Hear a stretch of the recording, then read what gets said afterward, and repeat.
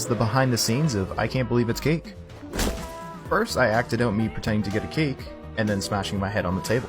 I filmed a separate shot of me putting the cake on the table, then rotoed the cake, my arm, and the shadow on the table, then brought it back to the main footage. And then I realized I was giving a cake to myself on my birthday. And due to some miscalculations, I placed the cake in the wrong spot, so I had to move it over slightly. I shot some footage of me blowing out the candle, added some extra smoke and embers, then I added the light change to the cake when I blew out the candle. I filmed one shot of me lifting up my arm and pretending to smash my head into the cake, and then I filmed another shot of me smashing the actual cake into the other cake.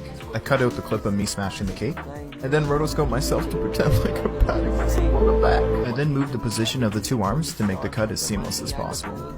Filmed some extra shots of the pieces moving around so I can add them into the footage later. To finish the shot off, I rotoscoped the collar of my shirt backing. And that is how you can give yourself a cake, pat yourself on the back, and smash your own head into a cake.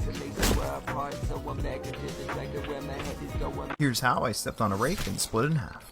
First, I shot my footage of me acting like I got hit by a rake and then walking out of frame. I was able to use that empty frame and mask out a few areas to create a clean plate. I've been trying out this program where all you need to do is mask out your subject, create a PNG, import it, and it creates a 3D model. I imported the 3D model and positioned it where I was standing, and then I created some collision geometry. After stepping on a few rakes, I thought, let's make it CG and animate it. I needed to create two halves for my body, so I used a boolean and created a box, and then put myself in the middle. After animating the glue constraints to get deleted over time, I was able to find a simulation that I liked. I was able to project my textures onto my 3D model, and for the inside, I wasn't too sure. After doing a Google search, I found out that we kind of look like steak inside. Brought everything back into After Effects and did some compositing, and now you have two halves of your body.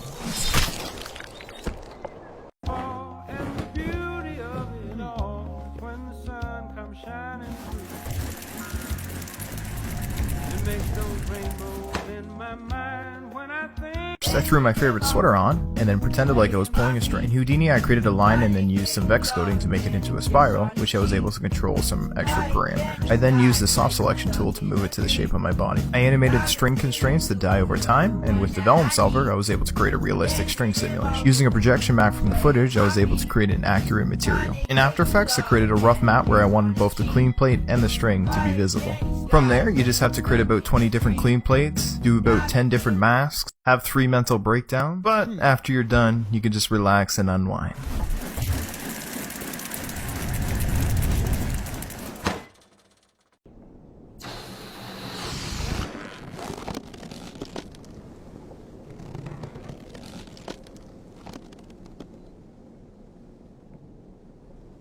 First, I filmed myself inhaling the air and then dropping the balloon. In the footage, you could see cars driving by, and we don't want that. So, we're going to track the footage, add a clean plate, mask it out, and then roto myself back into the footage. As you can see, I'm not wearing any shoes. This is so I can add some shoes in afterwards and then have them fling off once I inflate. Next, we are going to need a 3D model of ourselves. So, we're going to use this open source program, PIFU-HD. Import the PNG, and then it's going to do some calculations and make a 3D model of it. I imported the 3D model into Houdini, and then I positioned it where I was standing. Added a ground plane, and then I roughly modeled the bus stop. Time to simulate. After a few tests, we find out which one we like the best, add a material, and then render it out. Bring it into After Effects, do a little bit of compositing, and bam, you are now the Balloon Boy.